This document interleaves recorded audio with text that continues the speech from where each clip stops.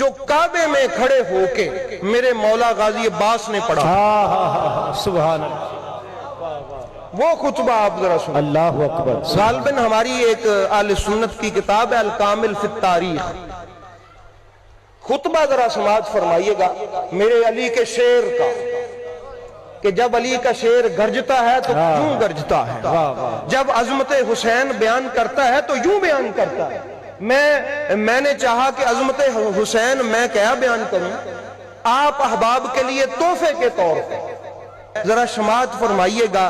عربی کے ہو بہو الفاظ اس لیے پڑھوں گا کہ وہ جو علمدار ہے نا میرے حسین علیہ السلام کا، اس کی بھی نگاہ ہماری اس محفل میں شامل ہو جائے، سبحان اللہ، وہ نگاہ رحمت بھی ہمیں حاصل ہو جائے۔ آپ جب وہ طواف چھوڑا نا، حج چھوڑ کے جانے لگے، اس وقت میرے آقا حسین جانے لگے تو میرے مولا غازی عباس نے التجا کی کہ اور تو مجھے کچھ کرنے کی اجازت نہیں ہے، اگر حکم دیں تو ایک چھوٹی سی تقریر کر لوں۔ میرے مولا حسین نے فرمایا کر لیں آپ۔ اب مولا غازی عباس کعبے کی چھت پہ کھڑے ہوئے، کس پہ کھڑے ہوئے؟ کعبے کی چھت پہ۔ ذرا توجہ دیجئے گا، آپ علی کے شعر کا انداز گفتگو سنیں ذرا۔ غازی عباس محو گفتگو ہوئے تو کیسے ہوئے؟ بڑی سب کی توجہ ہے، وہ آخر والوں کی بھی توجہ ہے۔ انہوں نے کہا الحمدللہ الذی، حمد ہے اس خدا کی، شرف ھذا بقدوم ابی ہے، اس اللہ کی حمد ہے جس نے اس گھر کو، خانہ کعبہ کی طرف اشارہ کر کے کہا، جس نے اس گھر کو فضیلت بخشی اس حسین کے باپ کے قدموں سے۔ سبحان اللہ، واہ واہ واہ، یا علی، یہ غازی عباس کے الفاظ ہیں، یوں نہیں کہا کہ میرے باپ کے قدموں سے، واہ واہ واہ، کہ الحمدللہ الذی شرف ھذا بقدوم ابیہ ھذا، فرمایا کہ تعریف ہے اس خدا کی جس خدا نے علی کے قدموں سے کعبے کو عزت بخشی۔ اب لوگ کہتے ہیں کہ میں کعبے میں گیا میرا شرف ہے، میں نے کعبے کو چوما میرا شرف ہے، میں نے کعبے کو ہاتھ لگایا میرا شرف ہے۔ علی کا بیٹا بولا اللہ، لوگوں کے لیے کعبے میں جانا شرف ہو، کعبے کے لیے علی کے قدم شرف ہے۔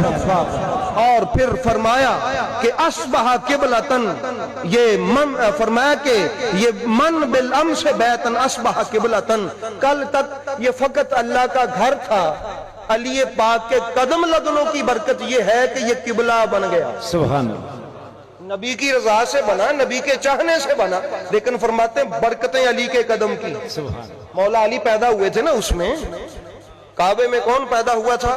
آپ آگے فرمایا ایھا الکفرۃ الفجرہ، الفاظ سنیں، اوے کفر کے پیروکاروں اور فاجر و فاسق لوگوں، اتصدون طریق البیت لامام البرز، کیا تم اس پاک امام کے لیے خانہ کعبہ کا رستہ روکتے ہو؟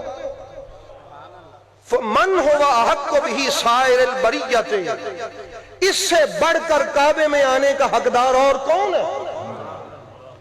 غازی عباس فرماتے ہیں وَمَنْ هُوَ أَدْنَى بِهِ، اور اس حسین پاک سے بڑھ کر بیت اللہ کا قریبی کون ہے؟ اگر اللہ کا کوئی قریبی ہے تو یہ سب سے حسین ہی قریبی ہے۔ لولا حکم اللہ الجلیۃ و اسرارہ العالیہ، اگر اللہ تعالیٰ کے عالی شان حکم اور اس کے اسرار میرے درپیش نہ ہوتے، میں آپ کو بتاتا پھر کیا ہوتا۔ وَاِخْتِبَارُ الْبَرِيَّةِ، اور لوگوں کے آزمائش میں مبتلا ہونے کا خوف نہ ہوتا، تو سنو میرے آقا حسین کی شان کیا ہے، سنو میرے آقا حسین کی شان کیا ہے۔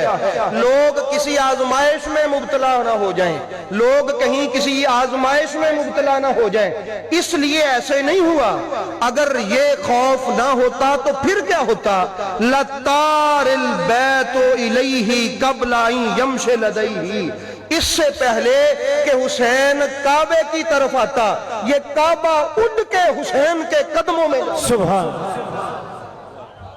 یہ کعبہ خود اڑ کے حسین کا استقبال کرنے کے لیے جاتا ہے۔ تم کعبے کی بات کرتے ہو کہ ہم حسین پاک کو کعبے سے روکتے ہیں؟ انداز گفتگو سنا اور عظمت حسین کا لیکچر سنا غازی عباس سے آپ نے؟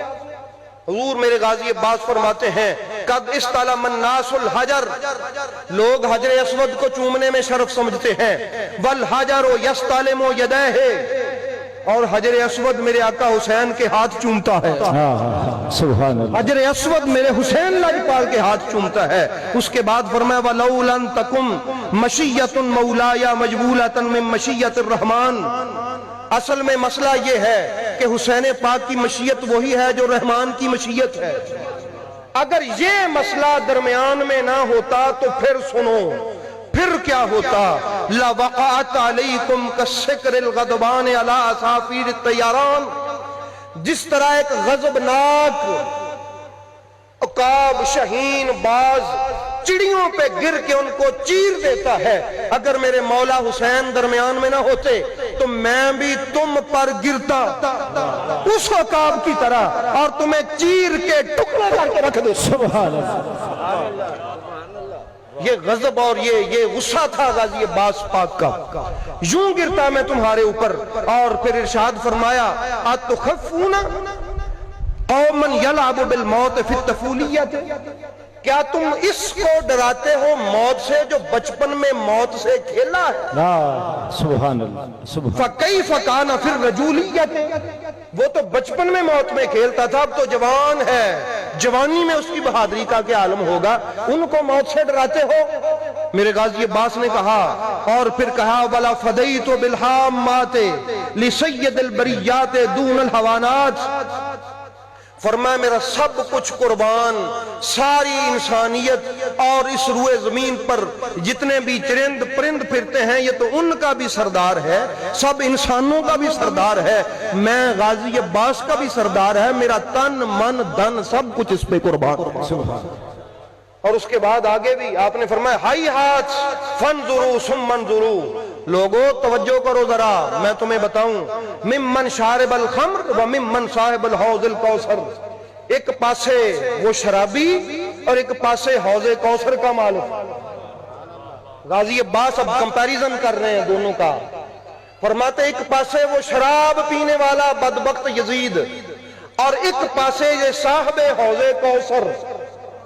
یہ غازی عباس خطبہ دے رہے ہیں اور پھر فرماتے ہیں وَمِمَّنْ فِي بَيْتِهِ الْوَحْيُ وَالْقُرْآنِ، ایک پاسے وہ جس کے گھر میں وحی اور قرآن نازل ہوتا ہے، وَمِمَّنْ مِنْ بَيْتِهِ اللَّهْوَاتُ وَالدَّنَاسَاتُ، اور ایک پاسے وہ جس کے گھر میں بہودگی ہے، جس کے گھر میں بے حیائی ہے، جس کے گھر میں شریعت سے دوری ہے، ایک پاسے وہ، اور وَمَنْ فِي بَيْتِهِ التَّطْهِيرُ وَالْآيَاتُ، اور ایک پاسے وہ جس کے گھر میں پاکیزگی ہے اور اللہ کی آیتیں اتری ہیں۔